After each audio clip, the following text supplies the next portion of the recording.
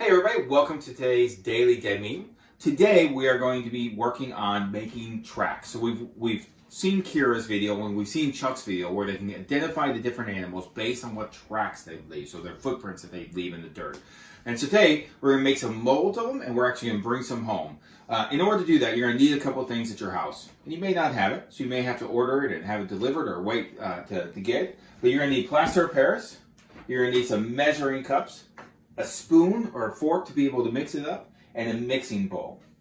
So I went ahead and put the plaster of Paris that we're going to need. So I needed 3 portions of it. So it's a 2-to-1 ratio. For every 2 portions of the plaster of Paris, which is a nice little white powder, we need 1 portion of cold water. So I've got 3 portions in here, so I need 1.5 portions of cold water.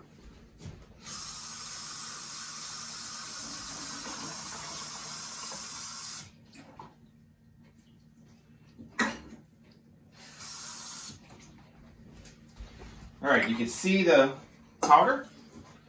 It's mixing together. Maybe go a little bit slower so it's not quite as dusty. Making a nice cakey mixture there. What we're going to do that once it's all mixed up together, we're going to pour it into 2 different molds. 2 different molds. We have a black bear mold, and then we have a weasel mold.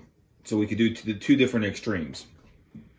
We're going to pour it into there, and then we're actually going to sit it in the sun to be able to let it dry and to be able to form into a hard mold. And we'll check back on it a little bit later.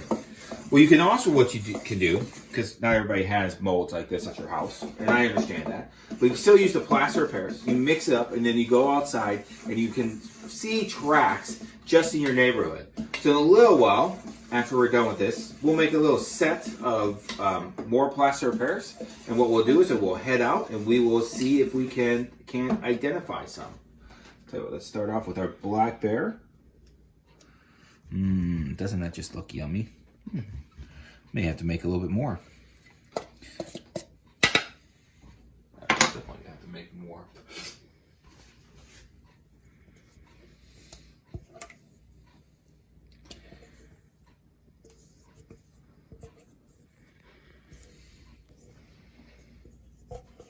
All right. We'll do with this particular one. I'm going to have to make a little bit more for my weasel. We bounce it up to even it out a little bit. Yeah. There you go.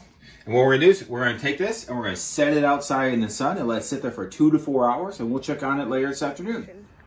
So we're fortunate enough that we live by a little forest area, and there's a little pond right here, a little water well. And we actually have found a couple different tracks. We found a raccoon track right here, and then over here we found a deer track. So we're going to try to make these. They're a little wet, which will make it a little bit harder, but the reality of it is that it's really warm today, so we'll see if it works.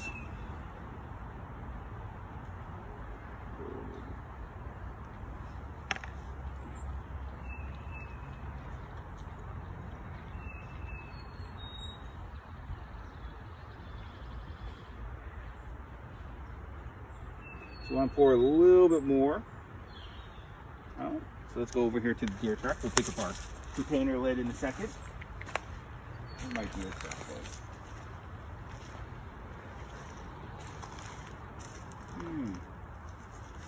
Right here. All right.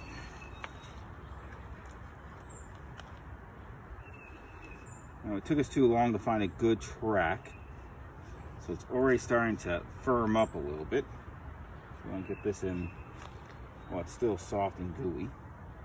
I want to wash my hands. All right. We'll check it back in a couple hours. Okay, so it's been about 6 hours now. It's supposed to start setting in about 6 to 10 minutes, and in about 2 hours it's supposed to be solid. So after 6 hours, even our raccoon should be solid. So let's take a look. All right, we got a raccoon here, deer track over here.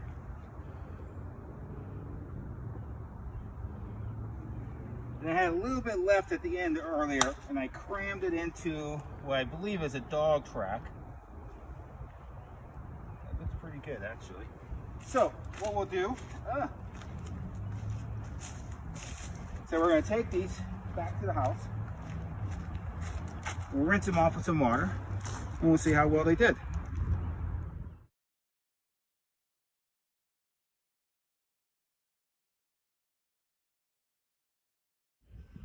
So let's take a look at the ones at the molds that we made. So our weasel. Now the secret with these is you want to push it on the sides to break it apart and then slowly pull them out. So they're going to be a little bit fragile in that. All right, so the weasel turned out fairly well, I think. All right, you can see the claws up there and the print. Let's take a look at the big one.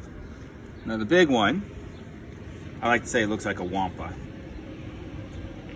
Something to that. It's actually a black bear.